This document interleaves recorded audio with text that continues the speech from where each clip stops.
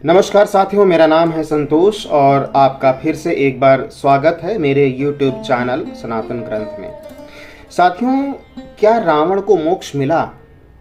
क्या रावण मोक्ष चाहता है?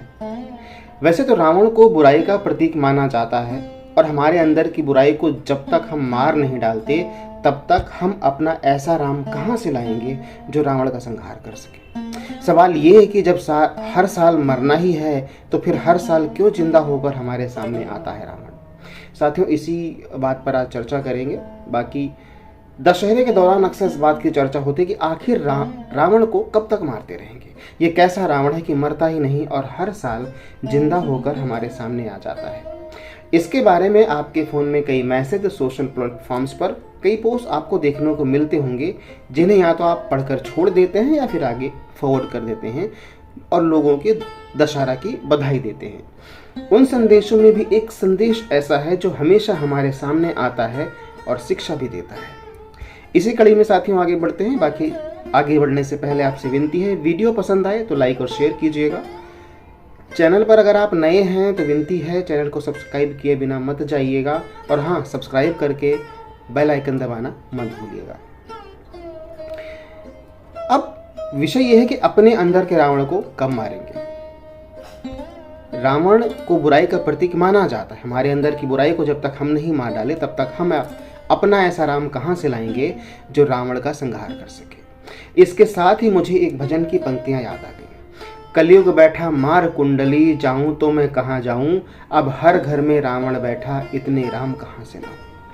यानी रावण मौजूद है किसी न किसी रूप में, शायद इसलिए आपको हर बार उसे मारने की आवश्यकता पड़ती है। वैसे आपको बता दूं कि पौराणिक कथा के अनुसार रावण भगवान श्री राम के हाथों इस वजह से मारा जाना चाहता था क्योंकि उसे मुक्ति चाहिए थी।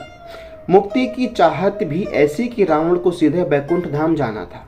बैकुंठ धाम अर्थात स्वर्ग, वो जगह जहां भगवान स्वयं श्री हरि विराजते हैं, यानी साक्षात भगवान विष्णु। अब आप में से कुछ लोग सोच सकते हैं कि रावण बैकुंठ धाम क्यों जाना चाहता था और श्री हरि के हाथों हार और मार के बाद क्या उसकी ये इच्छा पूरी हो पाई। इस कहानी को समझने के लिए हमें चलना होगा बैकुंठ धाम, जहां जय विजय हमारी प्रतीक्षा कर रहे हैं। इसलिए मैं आपको एक कथा सुनाना चाहता हूँ। कहा जाता है कि एक बार की बात है, सनातन, सनंदन, सनक और सनत कुमार नाम के 4 ऋषि अपने मन की शांति के लिए सभी लोगों के चक्कर लगाने के बाद भगवान विष्णु के दर्शन के लिए बैकुंठ लोक के द्वार पहुंचे। इन चारों ऋषियों को सनकादिक भी कहा जाता है और ये देवताओं के पूर्वज माने जाते हैं। बैकुंठ के द्वार पर इन्हें 2 द्वारपालों ने रोक लिया और कहा कि अभी प्रभु विश्राम कर रहे हैं। ये दोनों द्वारपाल ही जय और विजय थे। कहते हैं कि रूप, गुण, बल, बुद्धि में ये भी श्री हरि के मुकाबले में ही थे। शायद इसी बात का इन्हें अहंकार होने लगा था। सनकादिक ऋषियों ने कहा, हम लोग तो भगवान विष्णु के परम भक्त और हमारी गति कहीं भी नहीं रुकती है। हम देवाधिदेव के दर्शन करना चाहते हैं। तुम हमें उनके दर्शनों से क्यों रोकते हो? तुम लोग तो भगवान की सेवा में रहते हो, तुम्हें तो उन्हीं के समान समदर्शी होना चाहिए। भगवान का स्वभाव परम शांतिमय है, तुम्हारा स्वभाव भी वैसा ही होना चाहिए। हमें भगवान विष्णु के दर्शन के लिए जाने दीजिए। कथानुसार ऋषियों के ऐसा कहने पर भी जय और विजय ने उन्हें बैकुंठ के अंदर जाने से रोका तो सनकादिक ऋषियों ने क्रोध में आकर कहा, भगवान विष्णु के पास रहने से तुम लोगों में अहंकार आ गया है और अहंकारी का वास बैकुंठ में नहीं हो सकता। इसलिए हम तुम्हें शाप देते हैं कि तुम लोग 3 जन्म असुर यानी राक्षस योनि में जाओगे और अपने पाप का फल भुगतोगे। उनके इस श्राप से जय विजय सनकादिक ऋषियों के चरणों में गिर पड़े और क्षमा मांगने लगे। ये जानकर कि सनकादिक ऋषि मिलने आए हैं, भगवान विष्णु स्वयं लक्ष्मी जी एवं अपने सभी पार्षदों के साथ उनके स्वागत के लिए पधारे। भगवान विष्णु ने उनसे कहा कि हे मुनीश्वरों, ये जय और विजय नाम के मेरे पार्षद हैं। इन दोनों ने अहंकार बुद्धि धारण कर आपका अपमान करके अपराध किया है।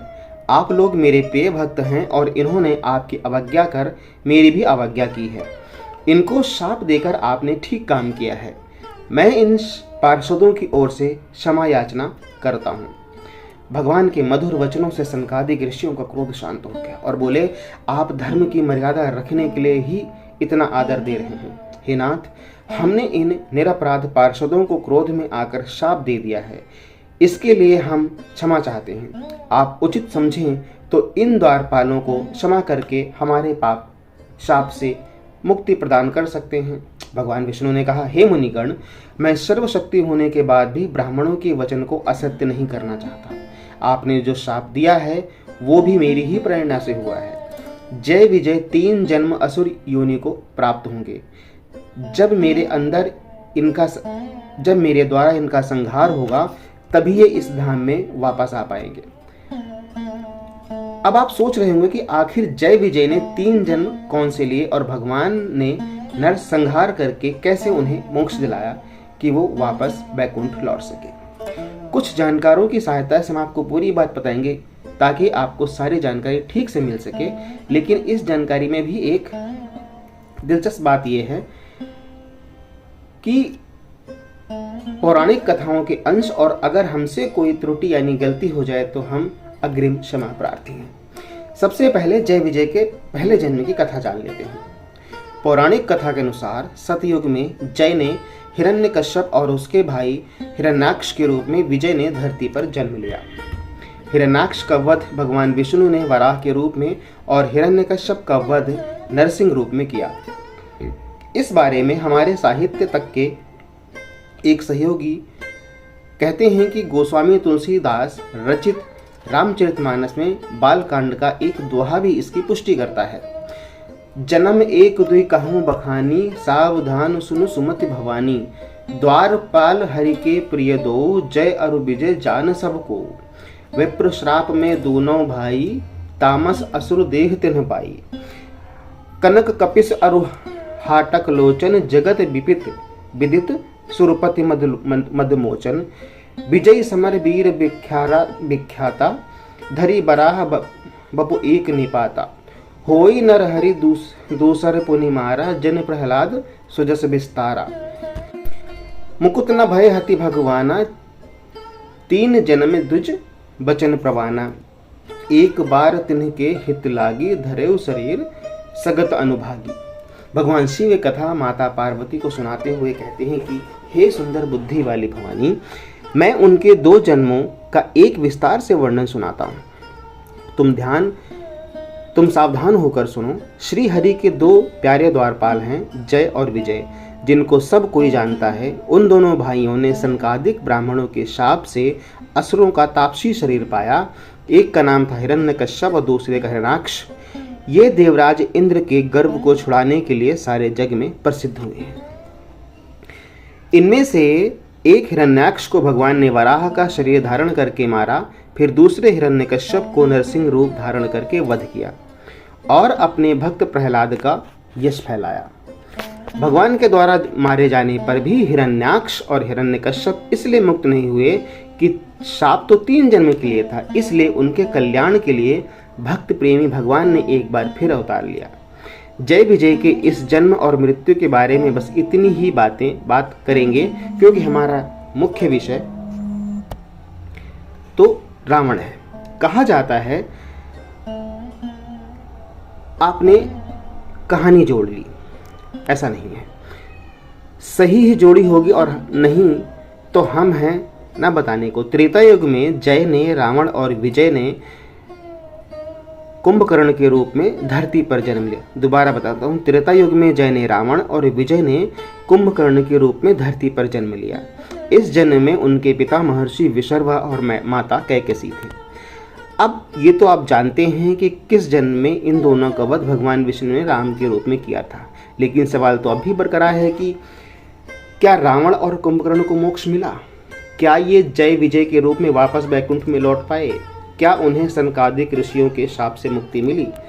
क्योंकि ये तो 2 ही जन्म हुए, जब तक तीसरा जन्म नहीं होगा तब तक जय विजय का उद्धार कैसे होगा? हमारे साहित्य तक के सहयोगी ने इसी बारे में लंका कांड के एक दोहे का उदाहरण देते हैं, जो बताते हैं कि रावण को मोक्ष मिल गया था। राम सरिस को दीन हितकारी, कीन्हे मुकुट निशाचर झारी। खलमल धाम काम रत रावण, गति पाए जो मुनिबर पावन। अर्थ ये हुआ कि रामचंद्र जी के समान दीनों का हित करने वाला कौन है, जिन्होंने सारे राक्षसों को मुक्त कर दिया। दुष्ट पापों के घर और कामी रावण ने भी वो गति पाई जिसे श्रेष्ठ मुनि भी नहीं पाते। अगर ये जय विजय का तीसरा जन्म था तो दूसरा जन्म कब हुआ, इस बारे में आपको एक कथा के अनुसार समझाने का प्रयास करता हूँ। राजधनी जो जेठ सुत आही, नाम प्रताप भनु अस ताही, अपर सुतहि अरिमर्दन नामा, भुजबल अतुल अचल संग्रामा। जब प्रताप रवि भयो निरप फिर दुहाई देश, प्रजापाल अति वेद विधि कतहु नहीं अखिलेश। ये कथा भी शिवजी ने पार्वती से कही थी। संसार में प्रसिद्ध एक कैकेयी देश था। वहाँ सत्यकेतु नाम का राजा था, जिनके बेटे थे प्रताप भानु और अरिमर्दन। जब प्रताप भानु राजा बना तो देश में उसकी दुहाई दी जाने लगी। वो वेद में बताई हुई विधि के अनुसार उत्तम रीति से प्रजा का पालन करने लगा। उसके राज्य में पाप लेश मात्र भी नहीं रह गया था। पर उसके पूर्व जन्म के अनुसार विधि ने चाल चली और एक बार फिर शिकार करते हुए घने जंगल में चला गया। फिरित विपिन आश्रम एक देखा, तहाँ बस निरपत कपट मुनि बेसा। जासु देश निरप लीन छड़ाई, समर सेन तजी गयो पराई। वन ने उसने एक आश्रम देखा। वहां एक कपट मुनि का वेश बनाए एक राजा रहता था, जिसका देश राजा प्रताप भानु ने छीन लिया था। जो सेना को छोड़कर युद्ध से भाग गया था, उस कपट मुनि ने उसे बहकाया और यज्ञ कराकर ब्राह्मणों को वश में करने की बात कही, ताकि वो अमर और अजर हो सके। ज्यों ही राजा ब्राह्मणों को बुलाकर भोजन परोसने लगा, उसी समय आकाशवाणी हुई, हे ब्राह्मणों, उठो, अपने घर जाओ, ये अन्न मत खाओ, ये भोजन ठीक नहीं है। कुछ लोगों के मुताबिक उस खाने में किसी का मांस होने की बात भी कही जाती है। तब ब्राह्मण क्रोध सहित बोल उठे, अरे मूर्ख राजा, तू जाकर परिवार सहित राक्षस हो। काल पाई मुनि सुनि सोई राजा, भयो निशाचर सहित समाचा। 10 सिर ताहि 20 भुज दंडा, रावण नाम वीर बरिबंडा। समय पाकर वही राजा परिवार सहित रावण नामक राक्षस हुआ। उसके 10 सिर और 20 भुजाएं थीं और वो बड़ा ही प्रचंड शूरवीर था। अब देखिए, प्रताप भानु और अरिमर्दन का मर्दन यानी वध तो भगवान विष्णु ने कोई अवतार लेकर किया नहीं, किसी पौराणिक कथा में उसका जिक्र नहीं मिलता। इसका अर्थ ये हुआ कि जय विजय का तीसरा जन्म अभी बाकी है। एक बात और यहाँ पर सोचने वाली ये है कि ये जय विजय को पहले सतयुग में मारा गया, उसके बाद त्रेता युग में रावण कुंभकर्ण को, तो फिर द्वापर युग की भी कथा होनी चाहिए। कुछ जानकारों के अनुसार अपने तीसरे जन्म में जय ने भगवान विष्णु के फुफेरे भाई के रूप में जन्म लिया और नाम हुआ शिशुपाल। विजय का जन्म श्री कृष्ण के मौसेरे भाई दंत वक्र के रूप में हुआ। शिशुपाल का वध भगवान श्री कृष्ण ने युधिष्ठिर के राजसूय यज्ञ में किया और दंत वक्र का वध श्री कृष्ण ने शाल्वकी से युद्ध करते समय किया। तब जाकर जय विजय को मुक्ति मिली। खैर, हमारा खास विषय रावण था, तो उसकी बात भी कर ली जाए कि रावण को मुक्ति मिली कि नहीं। इसलिए शायद हमें उसे हर साल जलाना पड़ता है, जिसे हम याद रख सकें कि अपने विकारों को हमें समय रहते नष्ट कर देना है। वैसे आपको एक बात तो पता ही होगी कि रावण बहुत बुद्धिमान और ज्ञानी व्यक्ति था। जाते जाते एक कथा और सुन लीजिए कि रावण के अंतिम समय में प्रभु श्री राम ने अपने छोटे भाई लक्ष्मण से कहा कि जाओ और रावण से कुछ ज्ञान की बातें ले लो। बड़े भाई का आदेश मानकर लक्ष्मण गए और रावण के सिर के पास खड़े हो गए, लेकिन रावण ने उन्हें कुछ नहीं कहा। लक्ष्मण ने वापस आकर श्री राम को सब कुछ हाल सुनाया। तब प्रभु ने कहा कि किसी का भी ज्ञान लेने के लिए उसके चरणों के पास खड़े होने चाहिए। लक्ष्मण ने वैसा ही किया और रावण ने लक्ष्मण को अभूतपूर्व ज्ञान दिया। उनमें से एक बात ऐसी है जिसे आप एक अलग दोहे से भी पहचानते हैं, वो भी बताता चलूं। रावण कई काम करना चाहता था, लेकिन अहंकार के कारण ये सोचकर कि सब कुछ तो मेरा ही है, कल करूंगा, वो आखिरकार नहीं कर पाया। इसलिए रावण ने लक्ष्मण से कहा कि शुभस्य शीघ्रम यानी शुभ कार्य को कल पर टालना नहीं चाहिए और कर लेना चाहिए।